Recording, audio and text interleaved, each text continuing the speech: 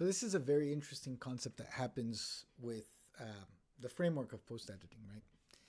When you think about translation and writing in general, right? All words are not created equal, right? If you think about the title, for instance, of a novel, the title is going to have immense relevance in how that novel performs in markets, whether it sells, whether it tanks, no matter how great or bad the writing is within it. So title, incredible weight, right? Maybe some poorly written paragraphs in page 470, maybe nobody's going to really look so much into it. But again, the introduction, hugely important, right? However good the introduction is. So there are certain parts in writing, and now I'm talking about a book, which clearly matter more than others. The ending, again, matters a lot. When you think about content in general, has that same kind of idea. Look at a website, for instance. Maybe it's the title of the homepage. Maybe it's the homepage versus a blog page that's buried somewhere deep inside the website. And it gets even more granular. Like sometimes it's the homepage and it's not even that obvious that it's the title, sure. But maybe there's a component or a specific little bit of content that's just pivotal for people to understand, or key CTA. Think about a product, right? There are certain buttons or certain things that users press or look at that are incredibly important. Other things are more obvious or trivial, right?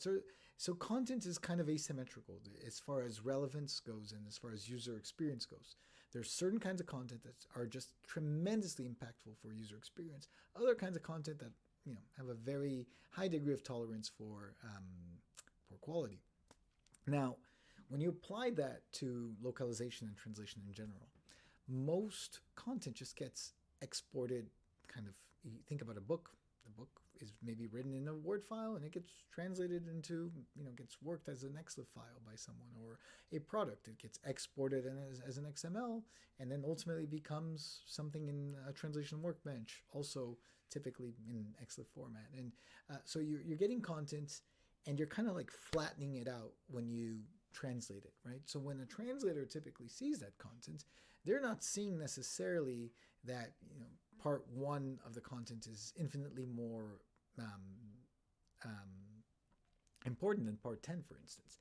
They're also not getting paid for that differently either. They're typically getting paid by volume, right? And volume just kind of like squishes it all together.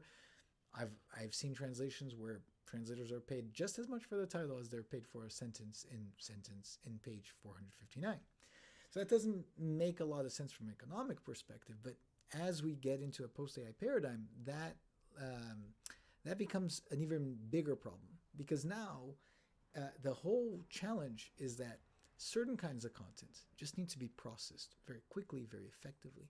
Other kinds of content really require a lot of human gating and thought process, right? Certain kinds of content are going to be looked at by millions and millions of readers. Other kinds of content are going to be very low exposure kind of content. Certain kinds of content, mission critical. People can die from making a mistake. Other kinds of content, not that important. So we start looking at content and we start realizing that labeling this at the inception is huge, huge.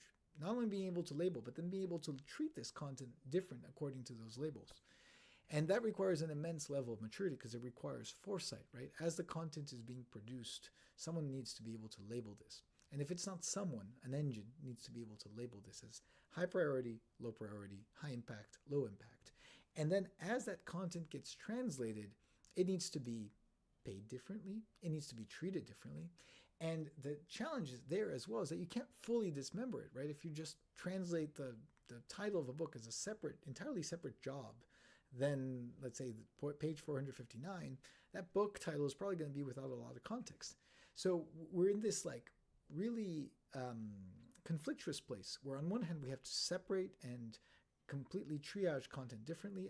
On the other hand, we really need to treat it all the same. And even think about it from system implications, right? If you are placing a task with a translator and you're paying that task asymmetrically. So for certain parts of the task, you're paying a lot more, maybe 10 times more than for other parts of the task. That becomes something really hard to manage from a systems perspective. But that's the kind of world that we're moving into, right? Content is not going to be all the same. Certain bits and pieces of content are going to be worth gold. Other bits and pieces of content are going to be worth bronze or brass. They're not going to be that worthy, comparatively speaking. So the question becomes, A, how do you flag that at scale? And how do you tag that at scale? B, how do you process that at scale? How do you guide people differently? And how do you pay people differently in a way that is meaningful, so that I know that if I'm the translator, for instance, I will spend maybe a full day, maybe a full week researching the title of the book, because that's not just a translation job, right? That's a market adaptation job. That's a huge undertaking. It's not something trivial that can be reduced to just like, yeah, I'm just going to type, something similar. And maybe that requires focus groups and market researchers. Maybe that it shouldn't even be done by a translator. But the point is, triaging is step number one. And I think once we start moving into this place where we're actually being able to discern the relative importance of content in this kind of dynamic way, that will be a huge step towards more efficient translation processes, because then it's not just going to be just about cheapening or making things less expensive. It's making a few things that are less important, less expensive, and making other things that are of high impact a lot more expensive. So that's just an interesting thought around post-AI editing, which is, the tendency with machine translation post-editing has been to squish, to compress, and to dial everything down to a low level of importance. And then there are these things here and there that are just pivotal, right? And sometimes it's even less obvious than just the fact that it's a title or not a title. Sometimes it's just the fact of how the button is worded. I was reading our website copy, and there's a lot of copy that I personally wrote that I look at and I'm like, who wrote this? This is weird. This is hard to understand. You can imagine that when that gets translated, all kinds of problems are going to take place, right? If there's a way that I can assess that before that becomes a translation undertaking, the odds of success increase dramatically. So just really interesting thought around how content treatment is a really big component as far as where we go in terms of the future of translation and localization. All right, thank you so much for watching. If you like and enjoy this video, please remember to like and subscribe. Till next time.